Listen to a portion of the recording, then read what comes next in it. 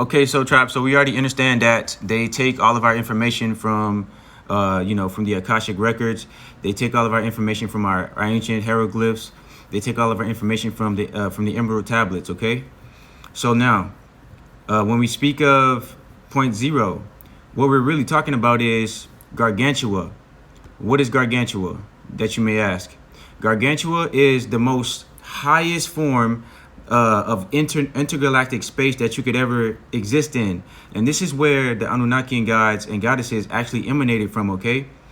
So we were already in that seat of the house of God. That was the empty void, okay? That was just pure blackness. You can call it point zero. Some people call it Gargantua.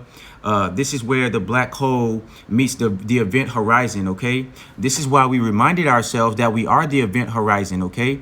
Hence, when you see the sunlight, where does it go? It goes into the horizon, right? So what happens when you look into my eyes? Horus in, okay? Horizon. So you see a black hole, you see a horizon in the center of my dimension, right? You see a horizon in the center of my ego.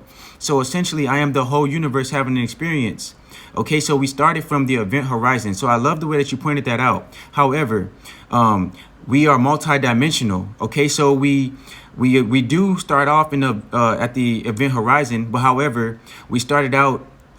We actually emanated from the 33rd degree, which is essentially I want to say this is one of the most magical, most natural places you can actually create melanin. Okay, and not just melanin, but also carbon, especially carbon, because now it talks about the number of 6, the power of 6. So we have to break down these numbers, right? So that's why we always talk about the 33rd dimension, which is essential because we add 3 plus 3, we get 6. Okay, 6 is a very atomic structural number of carbon. So that is why we say there is a layer in the 33rd dimension that is all carbon. That is the fundamental layer, the bridge, if you will, to Gargantua. Okay, so 33rd dimension is where Anunakian gods and goddesses come from. Okay, that's where we formed the roots, the trees, the seeds, the water, everything, the melanin, the carbon. Through the 33rd dimension, all beings took form. It's a dimension, so it's interstellar, okay? It's not going to make sense to how it's formed and where it's at, where it's located. It's intracellular. It's very small, but it's also very grand, if that makes sense. We have 999 quintillion universes literally around us everywhere.